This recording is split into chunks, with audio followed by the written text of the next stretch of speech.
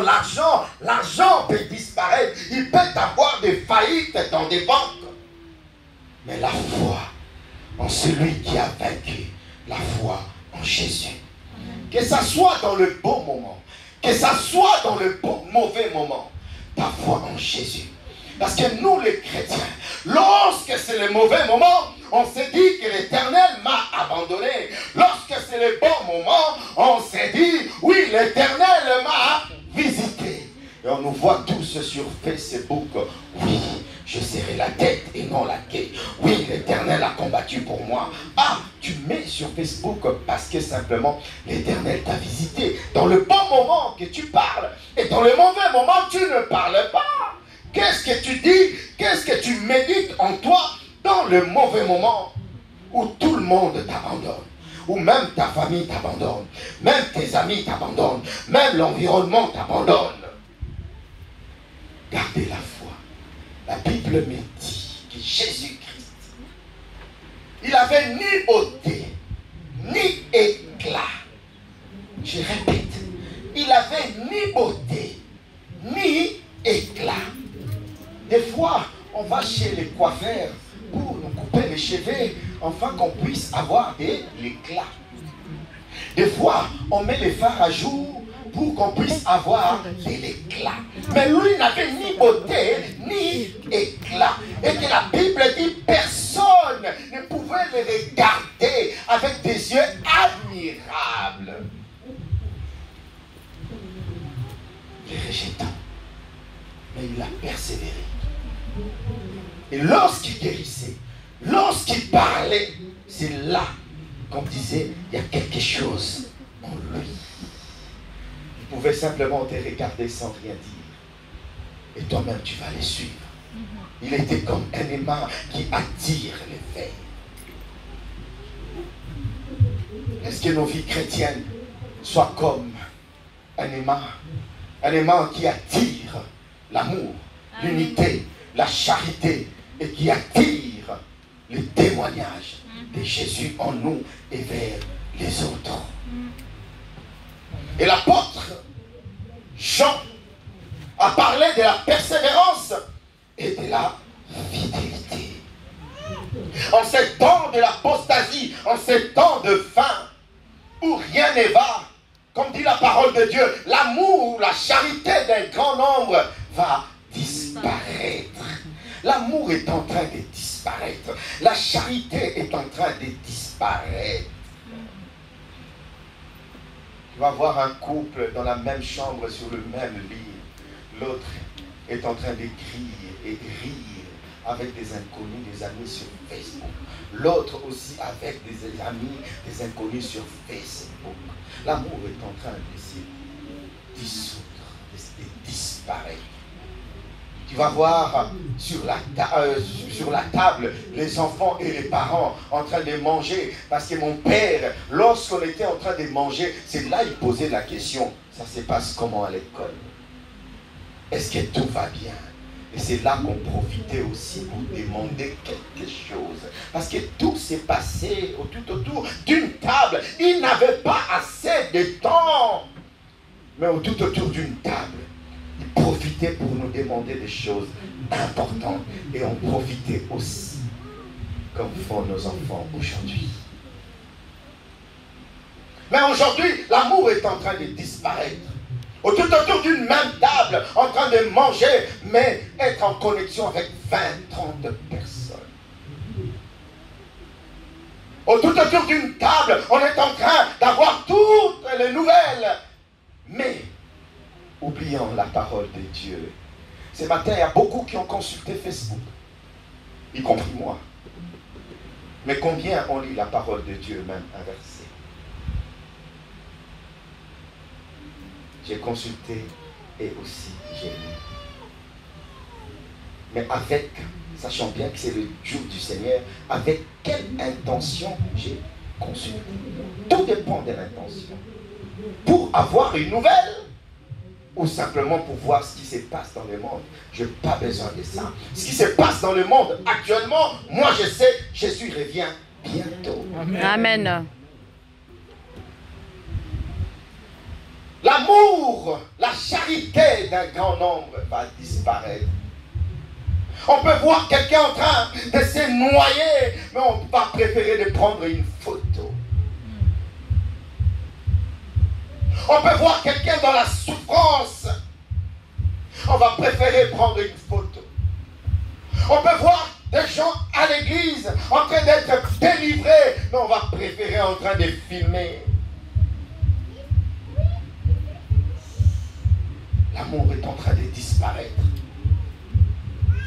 C'est ici la persévérance de saint, qui garde les commandements de Dieu et la foi en Jésus. Où est ta foi? Ta foi est en quoi? Avec des choses de ce monde, avec des situations qui se passent dans ce monde. Ta foi est bâtie sur le ministère. Il y a beaucoup, les foi sont bâties sur le ministère. Parce que je vais intercéder, ma foi est à l'intercession. Non, ta foi doit être en Jésus. Pas dans le ministère. Il y a beaucoup qui passent leur temps dans le ministère, c'est bien, mais qui passent moins de temps en priant et en méditant. Le diable nous éloigne tout doucement, sachant bien que son temps est compté. Beaucoup ont bien commencé, mais comment ils finissent? Beaucoup ont bien commencé, ont décollé, mais combien atterrissent? Bien-aimés dans les Seigneurs, je dis toujours, tous les pasteurs, tous les serviteurs de Dieu, tous les chrétiens que vous voyez aujourd'hui sont des côtés, ils ont bien commencé. Ils ont tous bien commencé. Il y a peu qui ont mal commencé, il y a beaucoup qui ont bien commencé. Mais comment tu vas achever ta course? Le problème, ce n'est pas de commencer. C'est déjà une bonne chose de commencer, mais le problème, comment tu vas terminer? Et cette course-là, tu as besoin de Jésus. Jésus, sachant, il a dit, je serai avec toi tous les jours, jusqu'à la fin du monde. L'apôtre Paul, lors de son voyage, qu'est-ce qu'il a dit? Il a dit à Timothée et aux autres, je suis parti annoncer l'évangile. Je ne sais pas ce qui va m'arriver là-bas, mais chose que je sais, ils vont me persécuter, ils vont m'emprisonner, ils vont me faire du mal. Mais je vais là où on va me faire du mal pour annoncer l'évangile. Et vous gardez la foi, vous qui êtes restés. C'est ça le chemin de la vie. Car nous sommes de pèlerins sur cette terre. Jésus est parti. Il nous a laissés, il nous a bien préparés en disant, ils vous feront, ils vont vous haïr, ils vont vous persécuter comme ils m'ont fait. Mais je serai avec vous. Gardez la persévérance, gardez la fidélité. Où est partie ta loyauté? Où est partie ta fidélité? Car il y a des gens qui sont fidèles dans de petites choses et ne sont pas fidèles dans de grandes choses. Il y a d'autres qui sont fidèles dans de grandes choses et ne sont pas fidèles dans de petites choses. Mais Jésus nous demande d'être fidèles et dans de petites choses et dans les grandes choses. Tu es où?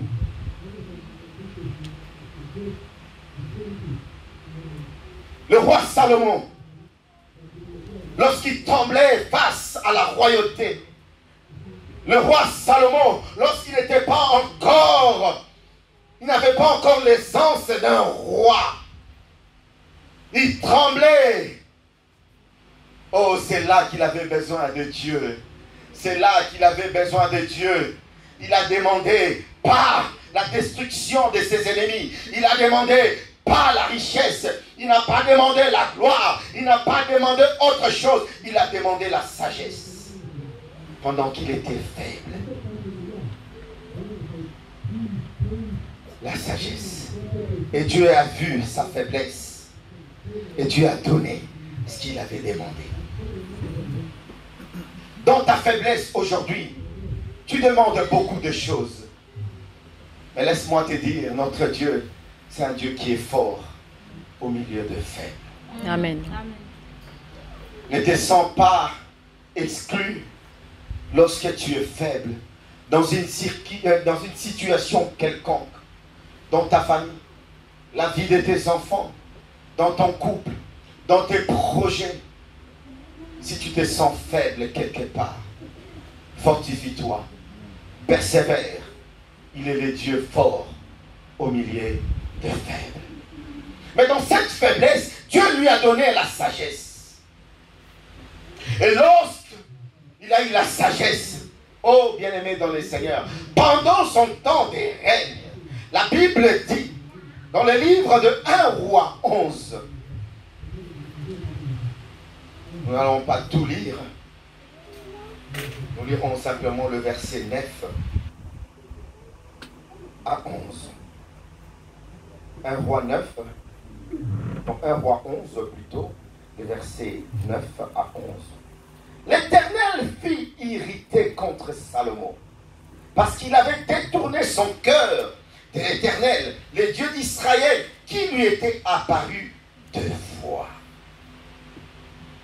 Il lui avait, à cet égard, défendu d'aller après d'autres dieux. Mais Salomon n'observa point les ordres de l'Éternel. Et l'Éternel dit à Salomon, puisque tu as agi de la sorte, et que tu n'as point observé mon alliance et mes lois que je t'avais prescrites, je déchirerai le royaume des déçus, toi, et je les donnerai à ton serviteur. Mais si vous lisez l'entièreté de cette histoire, ou la moralité de cette histoire, qu'est-ce qui s'est passé? Salomon, pendant le temps de la faiblesse, Salomon était fidèle. La loyauté, l'attachement à Dieu, c'est ce que nous faisons pendant que nous sommes faibles, pendant que nous avons une situation qui nous dépasse. Nous sommes là en train de prier, en train de demander à Dieu de venir à notre secours. C'est ce que nous faisons. Nous restons fidèles dans des petites choses que Dieu nous donne ou que Dieu veut nous donner. Mais lorsqu'il nous donne ces choses, est-ce que nous restons toujours fidèles? Oh, je me souviens d'un bien-aimé. Oh, il avait du zèle. Lorsqu'il priait, il était encore en Afrique. Il priait, il priait, il priait. Dans cette église, il y avait la prière. Il n'y avait pas les modérateurs. Mais il y avait le modérateur qui ne parlait pas. Les modérateurs étaient la bougie. Ils mettaient la bougie sur la chair. Ils allument. L'intercession commence. Qui va arrêter les modérateurs? Parce que le modérateur n'entend pas. Le modérateur ne parle pas, mais le modérateur, c'est simplement la bougie pour chronométrer le temps de prière. Aujourd'hui, ces frères ont même des difficultés seuls de prier pendant 1 heure. Parce qu'il a quitté 8000 kilomètres. Il est ici. Les choses commencent à changer. Le travail, beaucoup d'activités. Il est tellement sollicité qu'il doit bouger son horaire.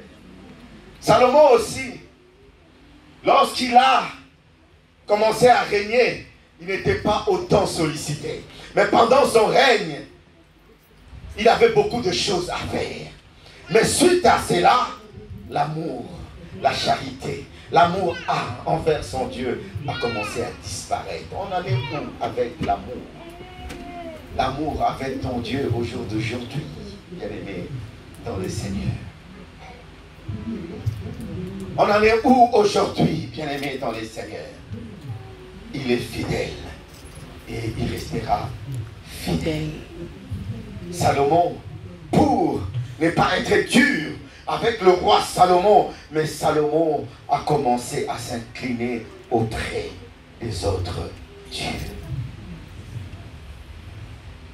Il était fidèle dans de petites choses pendant la faiblesse.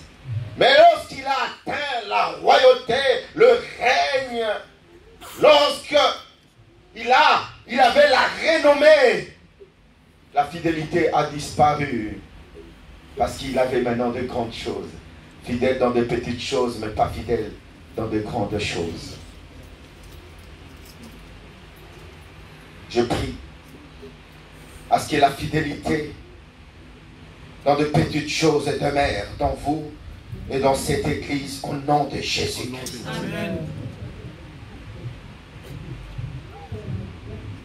Bien-aimés dans le Seigneur,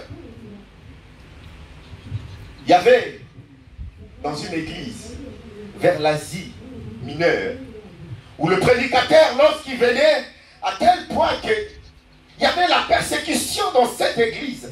Qu'est-ce qui s'est passé? Ils se sont retrouvés avec une seule Bible. Qu'est-ce qu'il faudrait faire avec une seule Bible? La déchirer, se battre avec une seule Bible, et que les gens ne pouvaient pas se réunir facilement. Mais tout le peuple ou tous les membres de l'église avaient besoin d'écouter la parole. Mais la Bible va commencer à rester chez qui? Parce que si la Bible reste chez moi, je serai profiteur, je vais beaucoup méditer et les autres seront privés. On n'a pas la possibilité de rester 24 sur 24 heures ensemble pour méditer. Alors, qu'est-ce qui s'est passé dans cette église? Ils se sont tous réunis. Ils se sont dit, nous sommes à combien? Ils étaient à plus de 100. Ils ont appelé 66 personnes. Et ils ont dit, maintenant, chaque personne va commencer à méditer et à retenir chaque livre.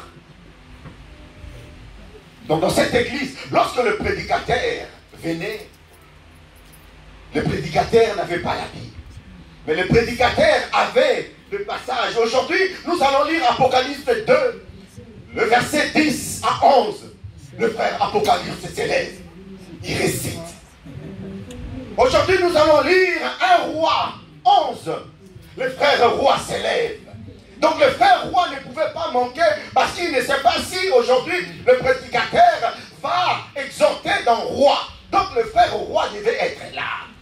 Parce que si c'est un chapitre de roi, le frère roi doit être là.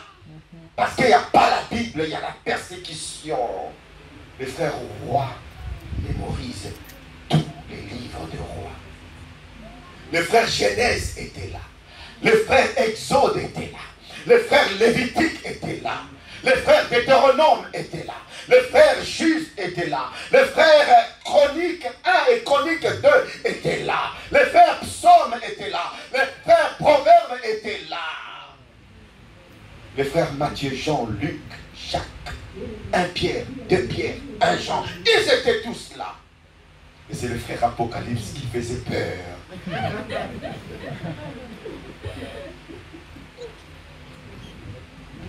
Ils ont médité cela. Ils ont retenu cela. Parce qu'il y avait la persécution. Il y avait une seule Bible. On ne pouvait pas nous voir avec la Bible. Ce qui veut dire, on voyait qu'un groupe de gens, mais eux-mêmes étaient la Bible. Parce qu'ils avaient tout. Mais aujourd'hui, la Bible est à notre portée. On n'arrive plus à méditer la Bible. La charité est en train de disparaître. L'amour d'un grand nombre va disparaître. Il y aura la Bible, il y aura la parole de Dieu, mais la charité pour l'amour, pour méditer, la passion de méditer, la faim et la soif de la parole va commencer à disparaître.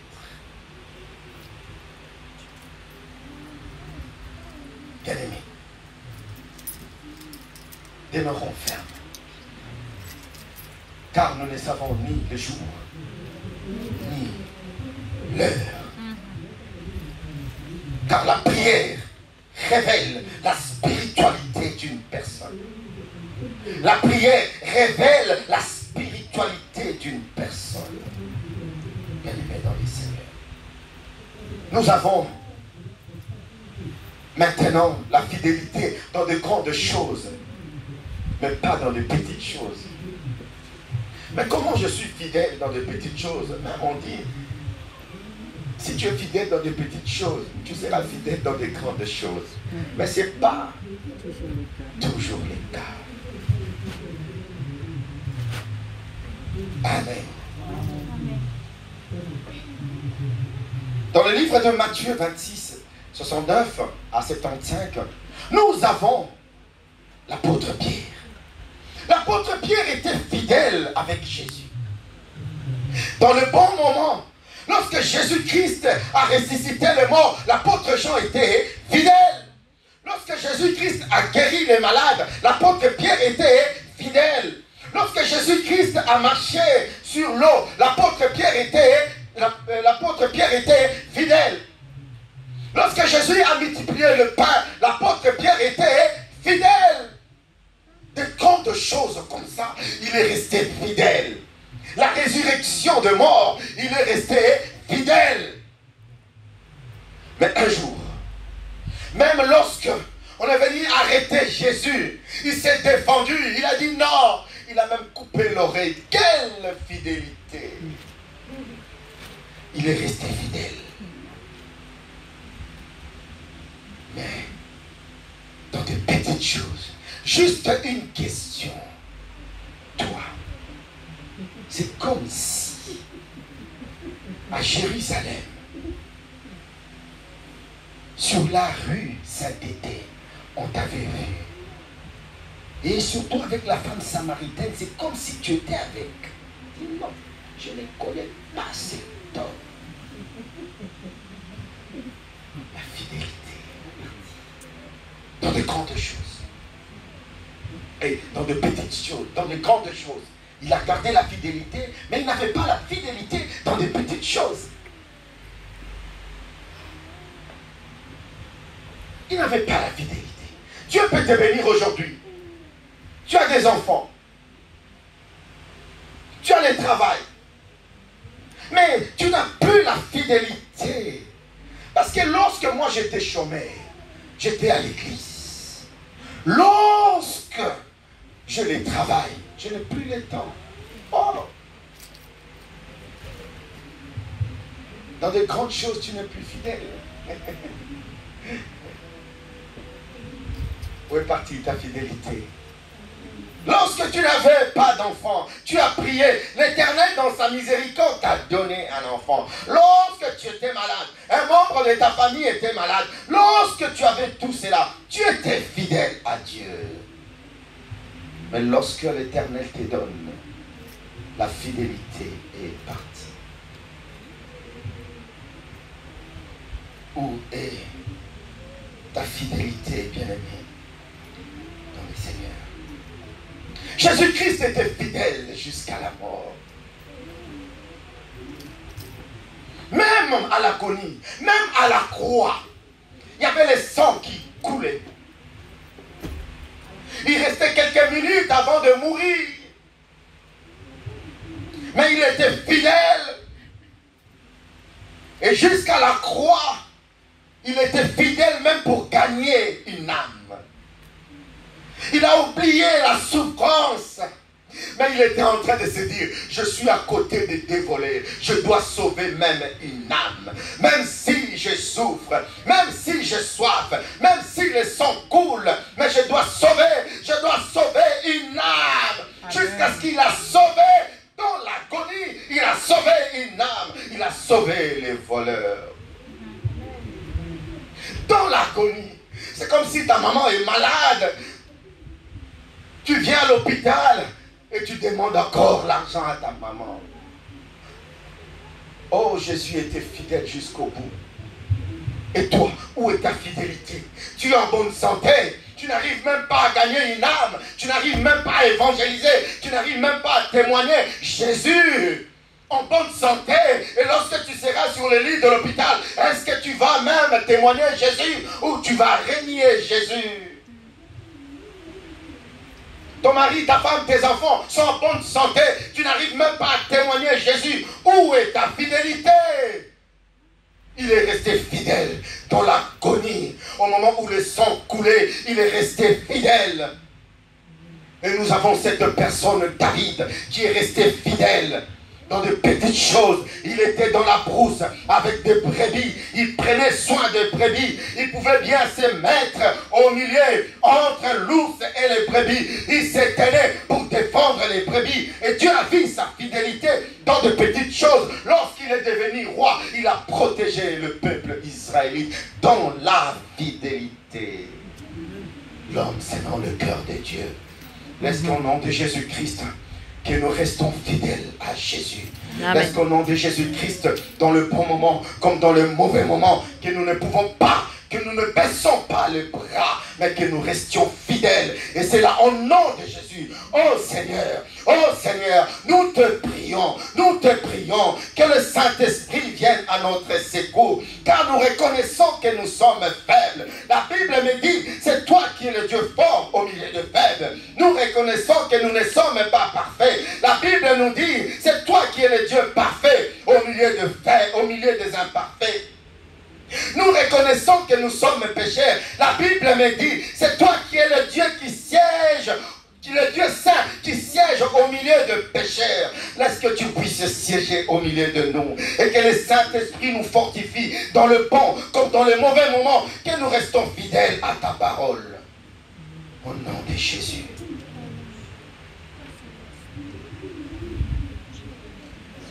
Bien-aimé, n'abandonne pas. N'abandonne pas ce que tu as commencé avec Jésus. Quelles que soient les situations compliquées, il y a une seule personne qui peut te comprendre. Il n'y a que Jésus. Amen. Oh, les voleurs qui étaient à la croix, lorsque Jésus a dit, tu seras avec moi au paradis aujourd'hui.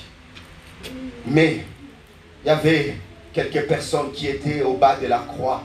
Il dit, comment Jésus peut être injuste?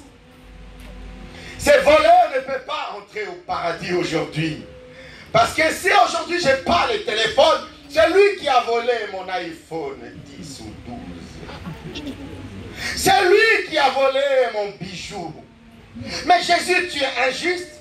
Moi, je suis en train de pleurer, de contempler sa souffrance à cause de son vol. Et toi, tu es en train de dire maintenant qui sera au ciel. Ils ne peuvent pas comprendre le mystère de Dieu. Car tu peux avoir raison chez les hommes, tu as tort chez Dieu. Comme tu peux avoir tort chez les hommes, mais tu as raison auprès de Dieu. Amen. Jésus savait. Restons fidèles, bien-aimés dans le Seigneur. Et que la fidélité nous accompagne.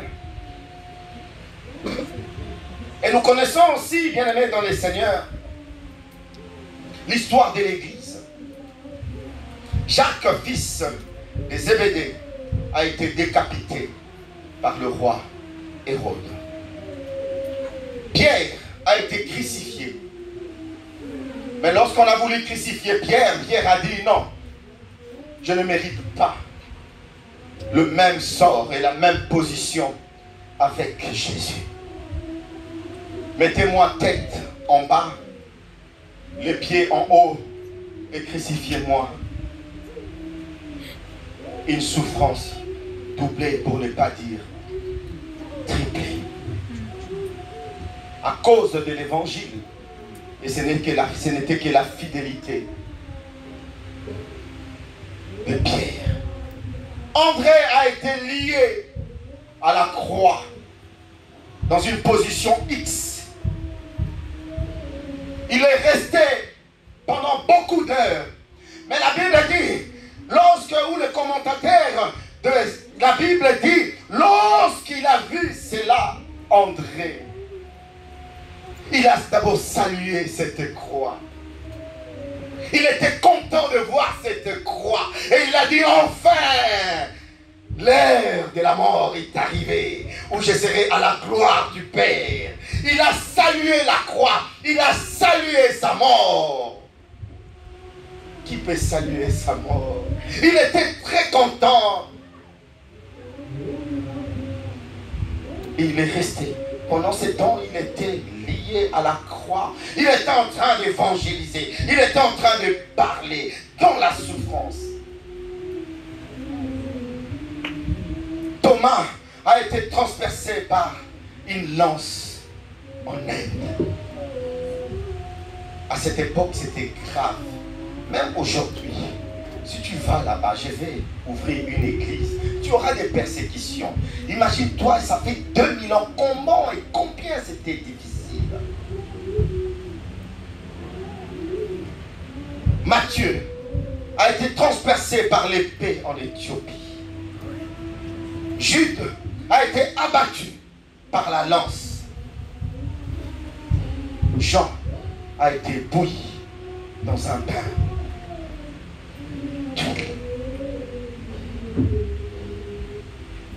Et toi, moi, l'église, tu vas te lamenter parce qu'on n'a pas notre propre salle. Ce sont des petits bobos face à d'autres. Tu vas te lamenter parce que tu n'as pas encore le mariage. Tu vas te lamenter parce que tu n'as pas encore d'enfant. Tu vas te lamenter à cause de cette petite maladie. Tu vas te lamenter à cause d'une situation quelconque qui se passe dans ta vie. Comparé à toutes ces situations, ce n'est rien, bien aimé dans les Seigneurs. Mais simplement ta foi en Jésus. Et reste fidèle, car il nous a promis les royaumes. Il nous a promis qu'il est parti. Pas pour rester, pas pour croiser les bras, mais il nous a promis qu'il est parti préparer une place pour toi et moi. Qu'il est parti pour intercéder. Parce qu'au moment où tu es dans des difficultés, au moment où tu es dans la souffrance, au moment où les choses ne marchent pas, au moment où tu vis dans l'obscurité, dans ta vie, il est en train d'intercéder pour toi. Bien-aimé, dans le Seigneur, afin que là où il est, et que nous aussi, nous puissions être. Là où il n'y aura pas de deuil. Quand je passe, il y a un deuil quelque part. Oh, je me dis, Seigneur, donne-moi la persévérance. Parce que là où je vais, un jour, il n'y aura pas de deuil. Quand je vais voir une personne qui est malade, je dis, oh Seigneur, je sais que tu intercèdes, que cette personne soit guérie. Mais je sais que là où je vais, il n'y aura pas de maladie. Je sais que là où je vais, il n'y aura pas le soleil, mais il y aura la lumière. Car c'est toi qui vas éclairer. Toi, la lumière du monde. Il y a une place pour toi et pour moi. À chaque fois, tu feras une bonne œuvre pour ton prochain. Chaque bonne action équivaut à un brick pour ta place que Jésus est en train de préparer. Si tu fais une bonne action pour ton frère, il était malade, tu l'as visité. Il était en deuil, tu l'as visité. Il était à l'hôpital, tu l'as visité. Il était nu, tu l'as donné de quoi se vêtir. Il manquait de quoi manger, tu l'as donné. Chaque bonne action, c'est un brick au paradis. Je prie à ce que pendant ce mois de septembre, que tu puisses avoir beaucoup de briques au paradis, au nom puissant de Jésus. Que tu puisses faire des bonnes actions. Que tu puisses rester fidèle. Fidèle à toi. Fidèle à Jésus. Et c'est là au nom puissant de Jésus. Même si tu es faible. Je dis et je répète que ton Dieu, c'est un Dieu qui est fort. Très fort. Au milieu de faibles. Au nom de Jésus. Nous allons tous nous lever. Et tu vas dire merci à ton Dieu pour cette parole. Tu vas dire merci à ton Dieu pour cette parole. Tu vas dire merci à ton Dieu car il te rappelle toutes ces choses en restant fidèle. Car ce mois de septembre, c'est un mois de fidélité. C'est un mois de fidélité à notre Dieu. C'est un mois de loyauté à notre Dieu. C'est un mois de loyauté à notre Dieu. Au nom de Jésus, tu remercies ton Dieu. Nous prions.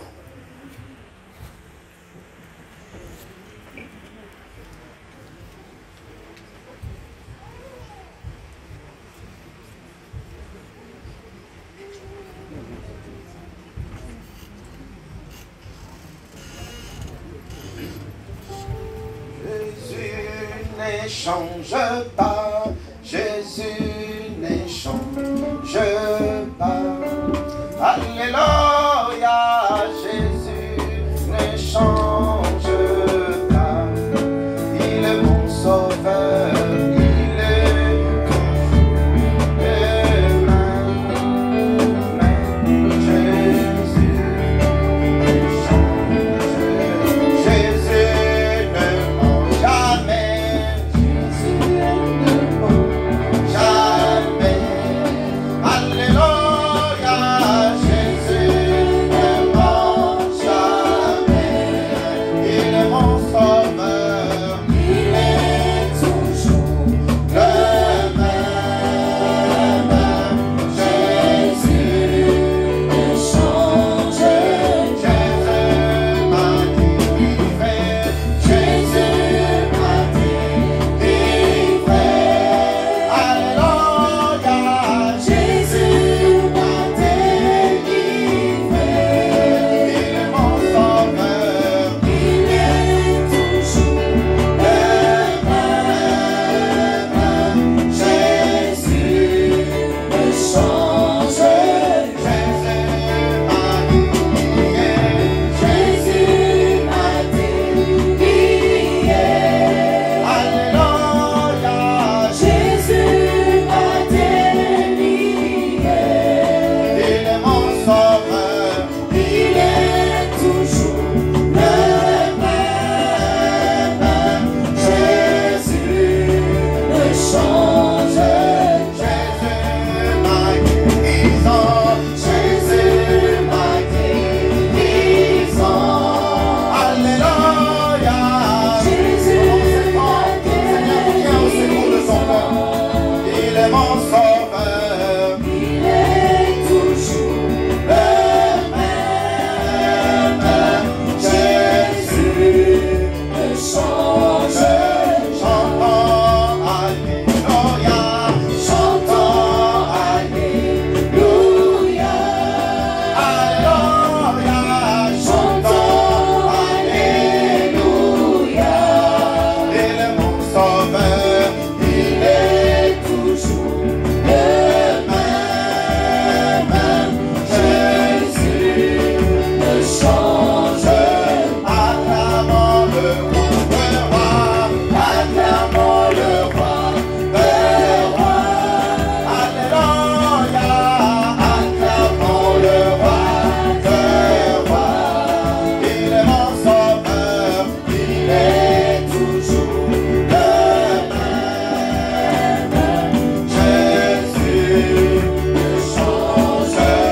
Alléluia, Alléluia, Alléluia, Alléluia, Alléluia, Alléluia,